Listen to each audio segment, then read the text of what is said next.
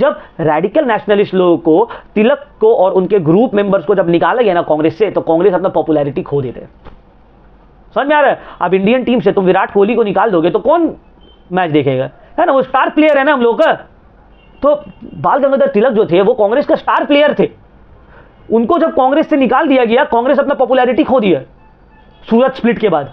फिर बाद में दोनों एक हो जाते हैं, दोनों विंग कांग्रेस का आगे चल के हम लोग देखेंगे, लखनऊ पैक्ट में दोनों एक होते हैं, नेक्स्ट चैप्टर में हम लोग पढ़ेंगे। समझ में? तो बोलने का मेरा मतलब क्या है, जब तुम अपना स्टार प्लेयर को हटा दोगे टीम से तो तुम्हारा टीम का तो पॉपुलैरिटी डाउन हो जाएगा। यही हुआ कांग्रेस के साथ। रविंद्रनाथ टैगोर जी एक बहुत फेमस पोयम लिखते हैं, आमार सोनार बांग्ला, माई गोल्डन बंगाल, जो कि आगे चलकर बांग्लादेश का नेशनल एंथम बनता है। रविंद्रनाथ टैगोर जो है वो सिर्फ इंडिया का नेशनल एंथम नहीं लिखे, हम लोग का इंडिया का जो नेशनल एंथम है क्या है, जन गण मन जो है ना, वो कौन लिखे है? रविंद्रनाथ टैगोर। बांग्लादेश का भी जो नेशनल एंथम है अमर सोनार बांग्ला, वो भी रविंद्रनाथ टैगोर ही लिखे है। दोनों कंट्री का नेशनल एंथम किसके द्वारा लिखा गया है? रविंद्रनाथ टैगोर के द्वारा। तो देखो, आज हम लोग हिस्ट्री का 4th चैप्टर स्टार्ट करने वाले हैं, जो कि बहुत इंपॉर्टेंट चैप्टर है हम लोग का सिलेबस का। चैप्टर का नाम है second phase of Indian national movement, the partition of Bengal and the other development. Partition of Bengal वाला चैप्टर है, चैप्टर नंबर 4, बहुत इंपॉर्टेंट चैप्टर है। अब देखो, हम लोग का जो भी स्टेट है बंगाल, वेस्ट बंगाल, ये पहले इतना ही छोटा नहीं था। इसमें प्रेजेंट डे बांग्लादेश पूरा आता था, उड़ीसा का कुछ पोर्शन आता था, बिहार झारखंड का कुछ पोर्शन आता था। बहुत बड़ा था बंगाल हम लोगों का। बंगाल हम लोगों का ब्रिटिश टाइम का जो था, before the partition of Bengal, बहुत बड़ा था, पूरा का पूरा बांग्लादेश, सोचो। लेकिन ब्रिटिशर्स क्या किया, उस वक्त बंगाल को डिवाइड कर दिया। कौन? लॉर्ड कर्जन, उस वक्त का जो वाइसरॉय था। अब देखो, बंगाल जो था ना, उस वक्त का एपी सेंटर था नेशनल मूवमेंट का। मतलब नेशनल मूवमेंट में, इंडियन नेशनल मूवमेंट में चिंगारी दिया जाता था बंगाल से।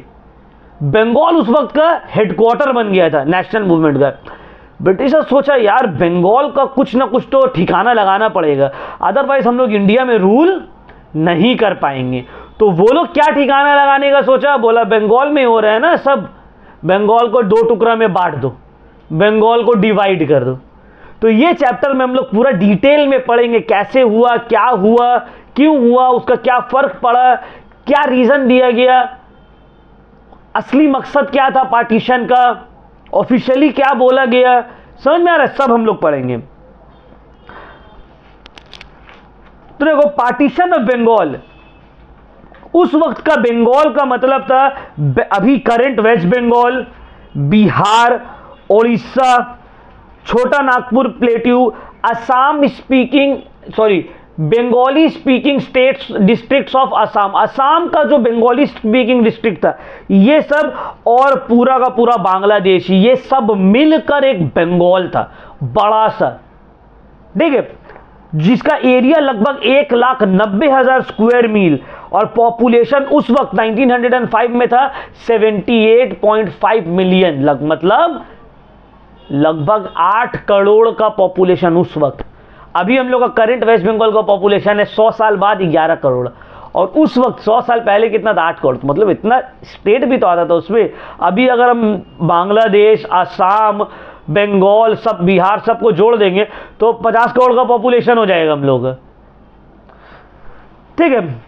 तो लॉर्ड कर्जन जो है 1903 में पार्टीशन का स्कीम को फॉर्मली अप्रूव किया, लेकिन कांग्रेस जो है अपना सेशन में 1903 और 4 में इसको रिजेक्ट कर दिया गया। बोला कि नहीं, हम लोग बंगाल को पार्टीशन होने नहीं देंगे। बोला कि हम लोग जो है एक नया स्टेट बना रहे हैं, नया प्रोविंस बना रहे हैं, ईस्ट बंगाल और असम, ठीक है, और एक अलग से फिर बंगाल। अब देखो इसके पीछे रीजन क्या था, ईस्ट बंगाल ही आगे चल के फिर बांग्लादेश बनता है। वो लोग देखा कि यार अब ऑफिशियली क्या बोला गया, भाई आप लोग क्यों पार्टीशन कर रहे? अब ऑफिशियली तो नहीं ना बोलेगा तुम लोग का हाथ पैर बहुत बढ़ जा रहा है, पंख बहुत निकल जा रहा है, तो तुम लोग का पंख काटने के लिए पार्टीशन कर रहे। ऑफिशियली तो कुछ अच्छा ही बात बोलना पड़ेगा। तो ऑफिशियली लॉर्ड कर्जन क्या रीजन दिया पार्टीशन का? बोला कि देखिए क्या हो रहा है ना, बंगाल बहुत बड़ा प्रोविंस है, तो एक इतना बड़ा प्रोविंस को मैनेज करने में ना बहुत दिक्कत हो जा रहा है। हम लोग आप लोग का ख्याल सही से नहीं रख पा रहे हैं, तो ख्याल रखने के लिए ना हम लोग आप लोग का 2 प्रोविंस में 2 स्टेट में बंटवारा कर दे रहे, ताकि अच्छे से लोगों का ख्याल रखा जाएगा।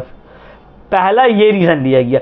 क्या रीजन दिया गया? कि बंगाल बहुत बड़ा एरिया है, कोई भी एक गवर्नर के लिए इसको मैनेज करना मुश्किल हो जा रहा है, इसीलिए हम लोग इसको ब्रेक करके 2 कर दे रहे ताकि अच्छे से देखभाल हो पाएगा।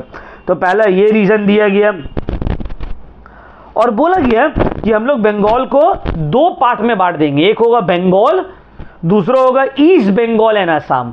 यही ईस्ट बंगाल आगे चल के बनता है बांग्लादेश, ठीक है ना। और दूसरा ये बोला गया कि गवर्नमेंट जो है ओडिया स्पीकिंग पीपल का फेवर में है, इसीलिए हम लोग ओडिशा अलग से बना रहे हैं। क्या बोला? ओडिया स्पीकिंग पीपल जो है उसको बंगाल से अलग कर रहे हैं, ये बोला गया। क्योंकि भाई ओडिया स्पीकिंग पीपल को तो उड़ीसा में रहना चाहिए ना, बंगाल में क्यों है, इसीलिए उसको हम लोग अलग कर दे रहे हैं। ये था ऑफिशियल रीजन, झूठा रीजन, लोगों को सुनाने वाला रीजन। ये समझ लो हाथी का दिखाने वाला दांत था, बट खाने वाला कुछ अलग था। मेन रीजन क्या था? मेन रीजन था number 1, to strike at the roots of Bengali nationalism. Bengali मतलब इंडिया को जो फ्रीडम मिला है ना, उसमें बंगाल जहां हम लोग रहते हैं बहुत बड़ा इंपॉर्टेंट रोल है। नेताजी सुभाष चंद्र बोस अपने बंगाल से, समझ में आ रहा? रविंद्रनाथ टैगोर बंगाल से, एसएन बैनर्जी, सुरेंद्रनाथ बैनर्जी बंगाल से, उमेश चंद्र बैनर्जी बंगाल से। तो जितना बड़ा बड़ा लीडर जो था ना, और जितना मूवमेंट होता था सब बंगाल से होता था। बोले ये बंगालीज लोग, और देखो बंगालीज लोग बहुत इंटेलिजेंट होते है ना। अभी भी हम लोगों को देख लो, जितना हायर पोजीशन में है, बड़ा बड़ा ऑथर, नोबेल प्राइज विनर, सब कौन है? बंगाली, क्योंकि दे आर वेरी इंटेलिजेंट। तुम बंगालीज लोग को कभी भी धर्म के आधार पर लड़ा नहीं सकते हो। हिंदू मुस्लिम बंगालीज के साथ तुम नहीं कर सकते। क्यों? वो लोग पढ़ा लिखा है, समझदार है, दे आर लिटरेट। उन लोगों को पता है कि हम लोग को डेवलपमेंट देखना है, हिंदू मुस्लिम से कोई लेना देना नहीं है। तो उन लोगों को पता था कि बंगाली को, बंगाल का नेशनलिज्म में हम लोग को स्ट्राइक करना पड़ेगा, अदरवाइज ये लोग हम लोग को ब्रिटिश को रूल करने नहीं देने वाला है। समझ में आया बात? तो पहला रीजन ये था कि वो लोग बंगाल का जो नेशनलिज्म जो उस वक्त उभर रहा था उसको ब्रेक करने मांग रहा था, उसको क्रश करने मांग रहा था, उसको तोड़ने मांग रहा था। दूसरा रीजन था policy of divide and rule. देखो ब्रिटिशर्स का सबसे बड़ा पॉलिसी था डिवाइड एंड रूल। अब देखो ईस्ट बंगाल और बंगाल जो डिवाइड किया गया, पहले क्या था, हिंदू मुस्लिम, एक हिंदूज और मुस्लिम में डिवाइड कर दिया गया। अब देखो जो अभी वेस्ट बंगाल है हम लोग का करेंटली, यहां पे हिंदू पॉपुलेशन ज्यादा था, और ईस्ट बंगाल में जो बांग्लादेश है हो गया अभी, उसमें मुस्लिम पॉपुलेशन ज्यादा था। तो ये लोग हिंदूज और मुस्लिम्स को डिवाइड करने का सोचा। दूसरा, बंगाल में, ईस्ट बंगाल में जो कि बांग्लादेश है, उसमें बंगाली स्पीकिंग पीपल ज्यादा था, मुस्लिम था, बंगाली स्पीकिंग ज्यादा था, हिंदी स्पीकिंग कम था। तो वहां पे पहला तो हिंदू मुस्लिम को डिवाइड किया, फिर हिंदी बंगाली को डिवाइड कर दिया। और वेस्ट बंगाल में जो भी करेंटली बांग्लादेश हम लोग का वेस्ट बंगाल है, तो इसमें क्या था, हिंदी स्पीकिंग पीपल थोड़ा ज्यादा था, तो वो लोग डिवाइड किया एक हिंदू मुस्लिम के बेसिस पे, उसके बाद बंगाली हिंदी को लेके। लोग पता है डिवाइड करेंगे, आपस में लड़ाएंगे, हम लोग का टेंशन फ्री, तुम लोग लड़ते रहो, हम लोग रूल करते रह रहे। तो दूसरा था policy of divide and rule. तीसरा था ब्रिटिश राज का स्ट्रेंथ दिखाना था कि देखो तुम लोग का ना चाहते हुए भी तुम लोग को अलग कर दिए हम लोग। तो ये 3 ऑफिशियल ओरिजिनल या मेन रीजन था। पहला policy of divide and rule, दूसरा to strike at the root of Bengali nationalism, Bengali nationalism का रूट में मारना, और तीसरा ब्रिटिश को अपना पावर दिखाना। देखो हम लोग पावरफुल है, हम लोग के पास स्ट्रेंथ है। क्लियर है? तो यहां तक का प्रोटेस्ट हुआ, सब हुआ, बट ऑफिशियली बंगाल को क्या किया गया? 16 अक्टूबर 1905 को ऑफिशियली बंगाल को पार्टीशन कर दिया गया 2 स्टेट में, 2 प्रोविंस में। समझ में आया? कौन सा डेट? 16 अक्टूबर 1905। ठीक है। तो अब देखो ये होने के बाद ना रिएक्शन क्या रहा लोगों का? एंटी पार्टीशन मूवमेंट स्टार्ट हुआ। बंगालीज को लगने लगा हम लोग का ये इंसल्ट है, हम लोग को बेइज्जत किया गया है, हम लोगों के साथ खिलवाड़ किया गया है, हम लोगों के साथ जुल्म किया गया। तो जितना भी बड़ा बड़ा लीडर लोग था, सुरेंद्रनाथ बैनर्जी, बिपिन चंद्र पाल, आनंद मोहन बोस, रविंद्रनाथ टैगोर, ये लोग एक मैसिव मीटिंग, प्रोटेस्ट ऑर्गेनाइज किए 7 अगस्त 1905 में टाउन हॉल कोलकाता में, जो आज भी हम लोग के कोलकाता में है टाउन हॉल। वहां पे मीटिंग हुआ, वहां पे नारा लगा वंदे मातरम का, नो पार्टीशन का, यूनिटी इज स्ट्रेंथ, बहुत सारा नारा लगा। और वहां पे बॉयकॉट रेजोल्यूशन पास हुआ। अब देखो बॉयकॉट और स्वदेशी, ये 2 बहुत इंपॉर्टेंट मूवमेंट्स था बंगाल के पार्टीशन के वक्त में। ठीक है, इसके बारे में हम लोग आगे डिस्कस करेंगे। तो 16 अक्टूबर 1905 जिस दिन से बंगाल में पार्टीशन लागू किया गया था, उस दिन को मनाया गया day of morning, MOURNING, day of morning, मतलब गम मनाने वाला दिन। समझ में आया? गम मनाने वाला दिन। आनंद मोहन बोस एक मीटिंग ऑर्गेनाइज की है कोलकाता में, जहां पे वो फेडरेशन हॉल का स्थापना किए, जो कि ईस्ट बंगाल और वेस्ट बंगाल के बीच में मीटिंग ग्राउंड था। और वहीं पे सब शपथ लेता है स्वदेशी मूवमेंट का, स्वदेशी का। और इसी वक्त, इसी दौरान रविंद्रनाथ टैगोर जी एक बहुत फेमस पोयम लिखते हैं, आमार सोनार बांग्ला, माई गोल्डन बंगाल, जो कि आगे चलकर बांग्लादेश का नेशनल एंथम बनता है। रविंद्रनाथ टैगोर जो है वो सिर्फ इंडिया का नेशनल एंथम नहीं लिखे। हम लोग इंडिया का जो नेशनल एंथम है क्या है? जन गण मन जो है ना, वो कौन लिखे है? रविंद्रनाथ टैगोर। बांग्लादेश का भी जो नेशनल एंथम है अमर सोनार बांग्ला, वो भी रविंद्रनाथ टैगोर ही लिखे है। दोनों कंट्री का नेशनल एंथम किसके द्वारा लिखा गया है? रविंद्रनाथ टैगोर के द्वारा। समझ में आया? तो लोग कसम खाए स्वदेशी मूवमेंट का। अब देखो स्वदेशी और बॉयकॉट मूवमेंट क्या था? स्वदेशी मूवमेंट में लोग कसम खाते हैं कि हम लोग सिर्फ स्वदेश, अपना देश का ही प्रोडक्ट इस्तेमाल करेंगे। वो लोग बोला ब्रिटिश इंडिया में आया क्यों है? पैसा कमाने, अपना सामान बेचकर पैसा कमाएगा, हम लोग खरीदेंगे ही नहीं, खरीदेंगे नहीं तो वो लोग लॉस रहेगा। तो ये था बॉयकॉट मूवमेंट, मतलब ब्रिटिश गुड्स से एब्सटेन करना, ब्रिटिश का कोई सामान नहीं इस्तेमाल करना, ना ब्रिटिश कपड़ा, ना ब्रिटिश शराब, ना ब्रिटिश स्कूल, एकदम बॉयकॉट। और जब उन लोग को और नहीं यूज करेंगे तो कुछ तो अपना लिए चाहिए ना। जब तुम पिज्जा चाउमीन नहीं खाओगे तो घर का खाना खाओगे। तो जब तुम बॉयकॉट किए, उसी के साथ कॉम्प्लीमेंट्री क्या आ गया? स्वदेशी मूवमेंट, कि अपना देश का बना हुआ सामान को इस्तेमाल करेंगे, इंडियंस के द्वारा बना हुआ सामान को इस्तेमाल करेंगे। इसको बोला गया स्वदेशी मूवमेंट। अपने कंट्री में बना हुआ गुड्स को इस्तेमाल करना, स्वदेशी मूवमेंट। और बॉयकॉट, ब्रिटिश के द्वारा जो सामान बनाया गया उसको, उसका बहिष्कार करना, उसको बॉयकॉट करना। क्लियर हो गया पॉइंट? तो बॉयकॉट में सिर्फ ब्रिटिश गुड्स नहीं, यहां तक का British jobs, British title, English British के द्वारा दिया गया जॉब, ब्रिटिश के द्वारा दिया गया टाइटल्स, सबको बॉयकॉट करना। यहां तक का इंग्लिश लैंग्वेज को भी बॉयकॉट करना, इंग्लिश में बात भी नहीं करेंगे, वो लोग का जुबान को भी बॉयकॉट करना। ये सब बॉयकॉट मूवमेंट में आ गया था। समझ में? क्लियर हो गया पॉइंट? चलो अब हम लोग आगे बढ़ते हैं। सूरत स्प्लिट ऑफ 1907। देखो हम लोग पढ़े ही है, आगे क्या पढ़े हम लोग? ये पढ़े हैं कि एजर्टिव नेशनलिस्ट, अर्ली नेशनलिस्ट और एजर्टिव नेशनलिस्ट, मॉडरेट्स और रैडिकल्स। मॉडरेट्स मतलब वो लीडर्स जो कि लड़ाई झगड़ा में बिलीव नहीं रखता था, इज्जत से बोल के प्लीज प्लीज करके काम निकलवाएंगे। और दूसरा तरफ था रेडिकल नेशनलिस्ट बोला नहीं, लड़ के छीनेंगे, मार के छीनेंगे। मॉडरेट्स का कोई दो लीडर का क्या नाम बताओ। दादा भाई नेहरू जी, उमेश चंद्र बैनर्जी, बदरुद्दीन तैयब जी, और यहां पे रेडिकल नेशनलिस्ट में बिपिन चंद्र पाल, लाला लाजपत राय और बाल गंगाधर तिलक। समझ में आया? अब ये लोग दोनों के बीच में दरार आ रहा था, हम लोग तो पहले भी पढ़े हैं ना, दरार आ रहा था।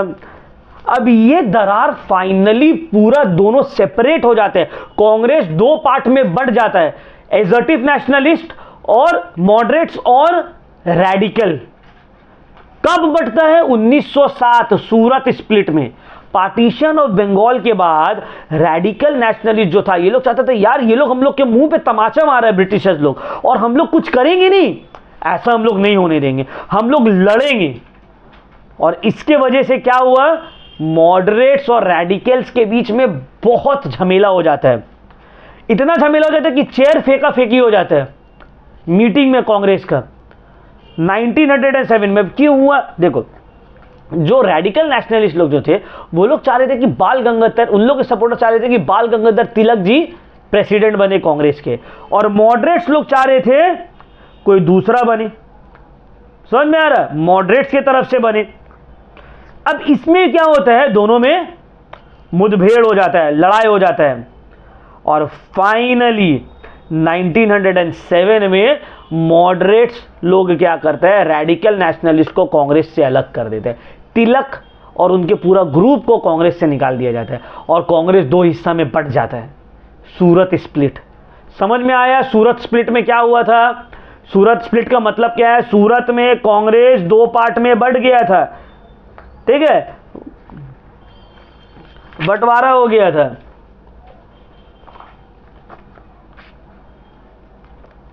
क्लियर हो गया पॉइंट? समझ में आ रहा है?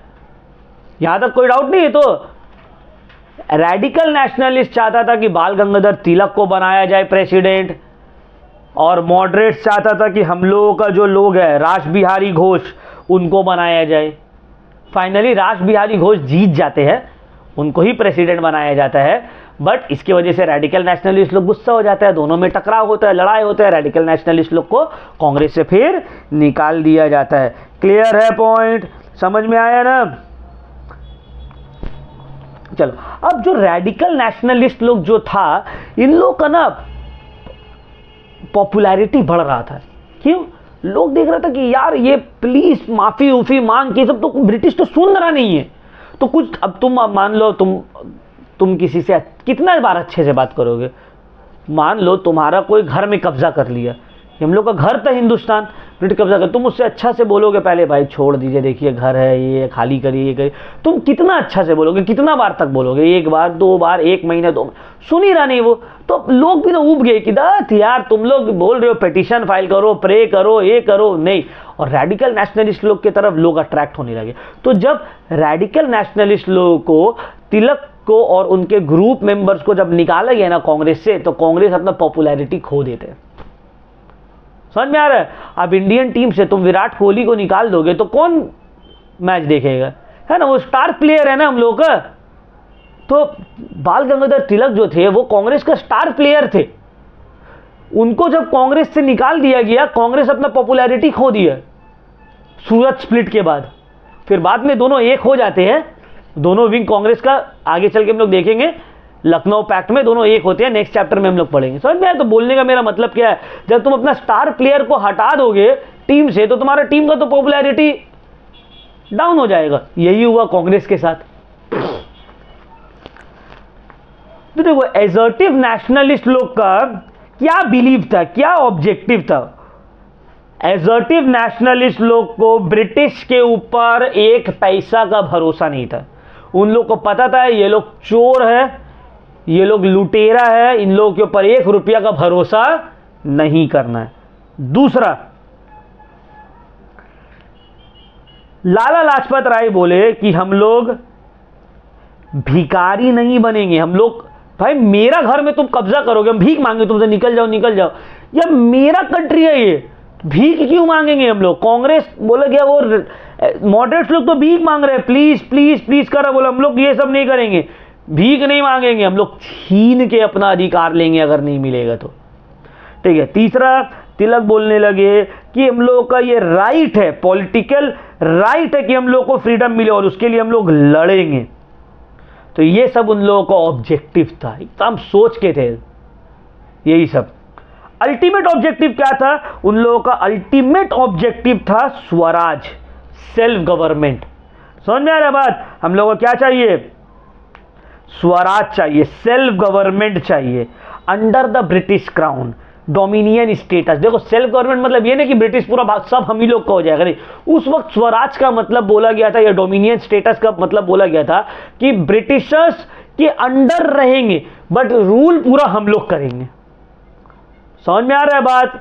हम लोग अपना पूरा सिर्फ फॉरेन अफेयर्स ब्रिटिशर्स के अंडर रहेगा, बाकी पूरा सेल्फ गवर्नमेंट हम लोग के अंडर आ जाएगा।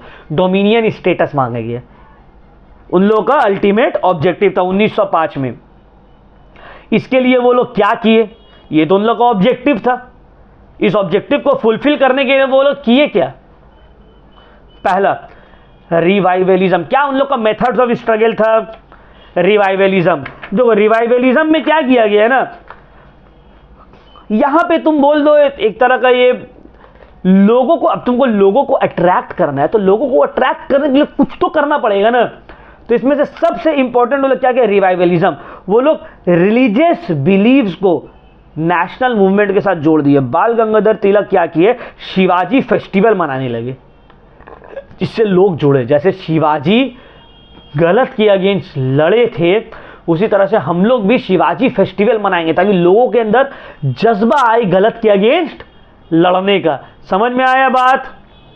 दूसरा, स्वदेशी मूवमेंट। इसको हम लोग ऑलरेडी डिस्कस कर चुके हैं, ये इन लोग का एक टूल था जिसको वो लोग यूज करते थे। तीसरा, बॉयकॉट मूवमेंट। इसको भी हम लोग पढ़ चुके हैं, बॉयकॉट को भी उन लोग यूज करते थे, बॉयकॉट मूवमेंट को भी लोगों का पॉपुलैरिटी पाने के लिए। एंड नेक्स्ट था नेशनल एजुकेशन। बोले कि हम लोग यार ब्रिटिश के पास नहीं जाएंगे पढ़ने, हम लोग अपना स्कूल खुद बनाएंगे, अब नेशनल एजुकेशन देंगे। समझ में आया? अब उन लोग का क्या अचीवमेंट रहा? ये सब तो उन लोगों का मेथड ऑफ स्ट्रगल है। पहला अचीवमेंट उन लोगों का, लोगों के अंदर सैक्रिफाइस करने का जज्बा आया, कुर्बानी देने का जज्बा आया। बाल गंगाधर तिलक अपने न्यूज़पेपर में, उनका दो बहुत पॉपुलर न्यूज़पेपर है, मराठा एंड केसरी, जिसके थ्रू वो लोगों को अपना भाषण देते थे, अपना मोटिवेट करते थे लोगों को। दूसरा, लोगों को आत्मनिर्भर बनने बोला गया, सेल्फ रिलायंस बनाओ, स्वदेशी, खुद सामान बनाओ अपने कंट्रीमैन के लिए, क्यों ब्रिटिश गुड्स के लिए हम लोग हाथ फैलाएंगे। ठीक है। और स्वदेशी मूवमेंट बहुत पॉपुलर होने लगा इंडिया में। अब देखो, नेशनल मूवमेंट जो है ना, उसका बेस बढ़ने लगा। पहले क्या था, मॉडरेट्स लोग, पढ़ा लिखा, सब पढ़ा लिखा आदमी आ रहा था, सिर्फ ऑफिसर, ग्रेजुएट्स। लेकिन यहां क्या किया ना, ये लोग नेशनल मूवमेंट में और ज्यादा लोगों को जोड़ा, किसान को जोड़ा, वर्कर को जोड़ा, मजदूर को जोड़ा, वुमेन्स को जोड़ा, स्टूडेंट्स को जोड़ा। नेशनल मूवमेंट का एपी सेंटर को और बड़ा कर दिया। ठीक है। तो ये सब उन लोगों का अचीवमेंट रहा। Clear point? चलो अब हम लोग पढ़ेंगे कुछ एसर्टिव नेशनलिज्म, नेशनलिस्ट या एसर्टिव नेशनलिस्ट, या फिर इसको हम लोग बोल सकते हैं रैडिकल नेशनलिस्ट लोग के बारे में। तीन एसर्टिव नेशनलिस्ट बहुत फेमस थे, लाल, बाल, पाल। शॉर्ट में बोलते हैं लाल, बाल, पाल। लाल मतलब लाला लाजपत राय, बाल मतलब बाल गंगाधर तिलक, पाल मतलब बिपिन चंद्र पाल। ये तीनों को क्या बोला जाता था शॉर्ट में? लाल, बाल, पाल। लाला लाजपत राय, बाल गंगाधर तिलक, बिपिन चंद्र पाल।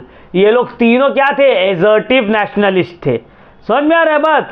तो इन लोगों का कंट्रीब्यूशन, कम से कम 2 कंट्रीब्यूशन तीनों का आप लोगों को याद रखना है।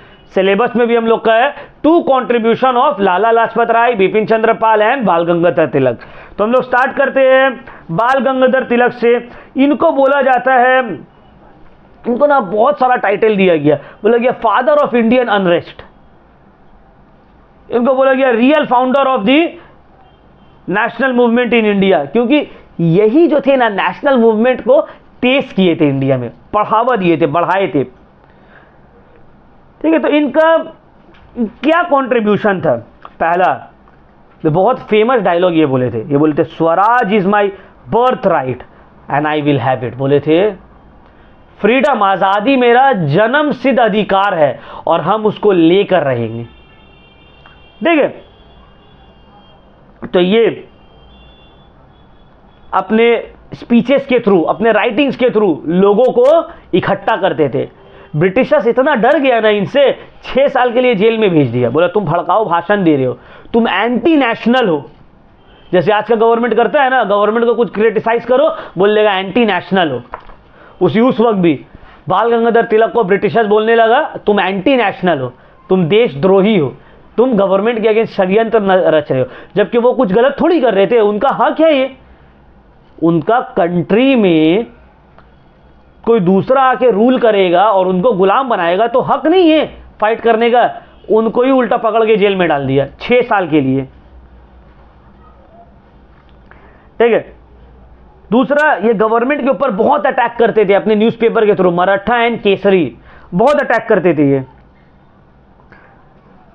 ठीक है, फिर ये रिवाइवलिज्म मूवमेंट लाए, जैसे हम बोले शिवाजी फेस्टिवल मनाने लगे, गणपति फेस्टिवल जो कि आज बहुत फेमस फेस्टिवल है, कौन से स्टेट का? मुंबई, महाराष्ट्र। शिवाजी, तो ये स्टार्ट किए थे बाल गंगाधर तिलक, शिवाजी फेस्टिवल, गणपति फेस्टिवल। और लोगों के अंदर फिर ये होम रूल मूवमेंट स्टार्ट किए। एंटी पार्टीशन मूवमेंट में भी इनका बहुत इंपॉर्टेंट रोल था। बाल गंगाधर तिलक का anti partition movement, partition of Bengal के अगेंस्ट जो मूवमेंट हुआ, इनमें उसमें ये बहुत इंपॉर्टेंट रोल प्ले किए। Home rule movement, home rule movement के बारे में हम लोग आगे पढ़ने वाले हैं, ठीक है, डिटेल में। तो ये होम रूल मूवमेंट स्टार्ट किए, मतलब होम रूल मूवमेंट, हम लोग अपने इंडिया को खुद से रूल करेंगे।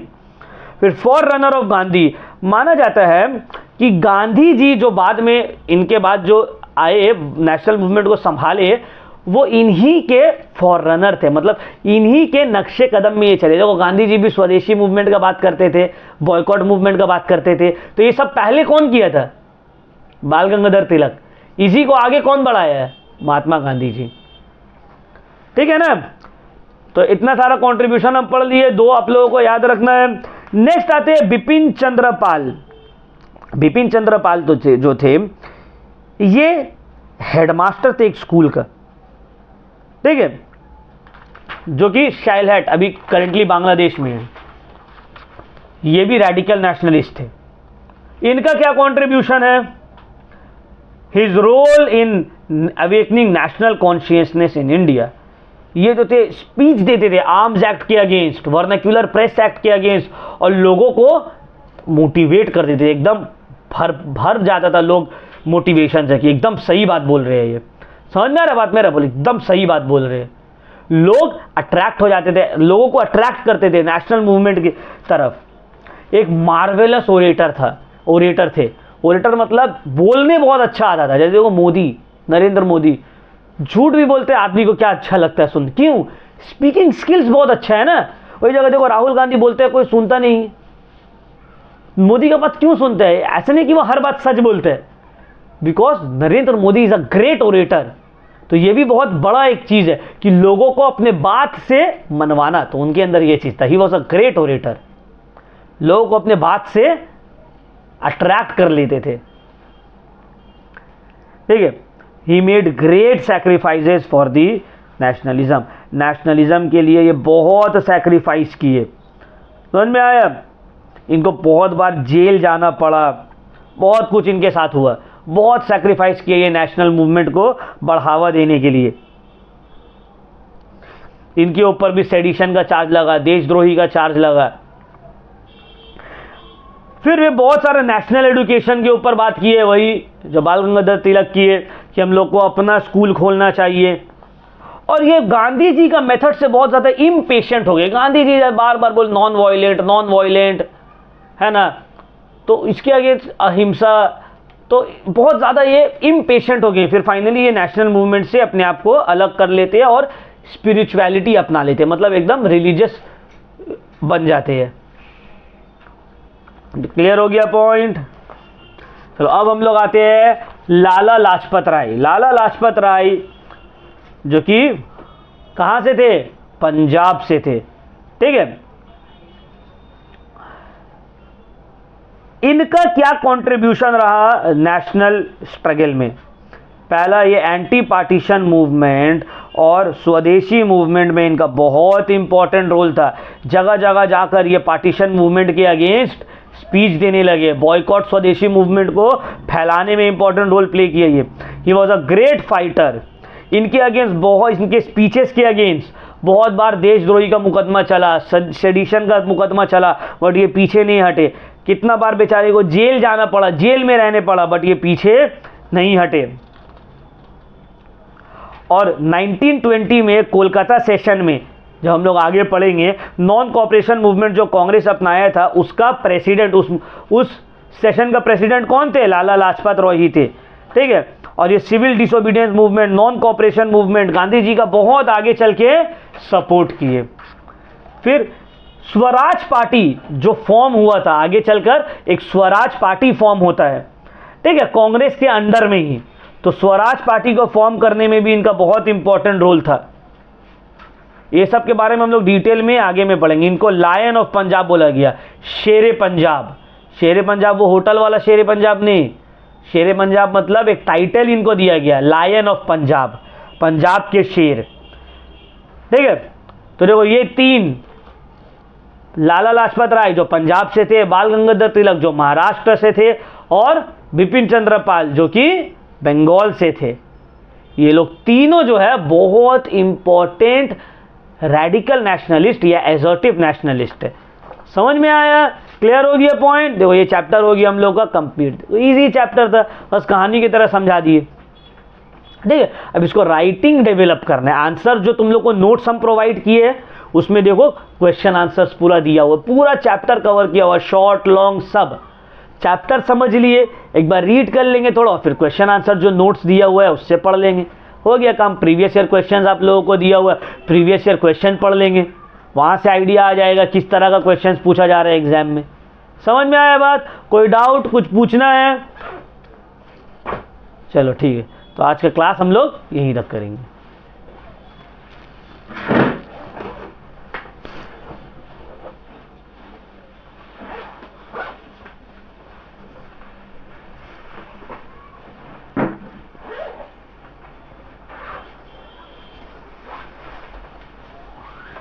वीडियो ऑफ कर दो।